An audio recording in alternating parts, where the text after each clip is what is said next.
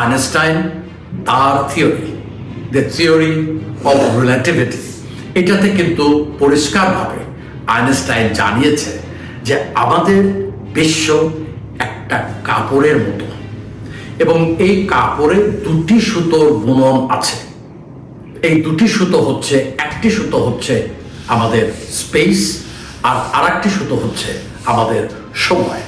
আমরা এটাকে বিজ্ঞানে স্পেস টাইম কন্টিনিউম বলে থাকি এবং আমাদের বিশ্বের প্রত্যেকটা এলিমেন্ট, এই সূর্য, এই পৃথিবী, এই চাঁদ, আমাদের ব্ল্যাক হোল, আমাদের ম্যাগনেটার, আমাদের নিউরন স্টার, আমাদের পালসার, আমাদের ব্লাজার, সবকিছু এই কাপড়ের উপরে রাখা আছে এবং প্রত্যেকটা বস্তু তার নিজের ভর অনুযায়ী এই কাপড়কে টেনে নিচে নামিয়েছে।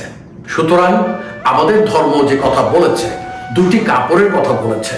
একটি কাপড় নিচে এসছে, যেটা হচ্ছে আমাদের এই বিশ্বের সপ্তম আসমান, আমাদের যে 7টি আসমান রয়েছে, এই 7টি আসমানটা কাপড়ের উপরে রক্ষিত আছে এবং আমাদের উপরে আমাদের যেখানে সিদরাতুল মুনতাহা আছে, আমাদের যেখানে দোজখ আছে, আমাদের যেখানে বেহেশত আছে, আমাদের যেখানে হাসরের ময়দান আছে, এটা উপরের কাপড়ের উপরে অবস্থিত এবং এই দুটি কাপড় একসঙ্গে বাঁধা ছিল।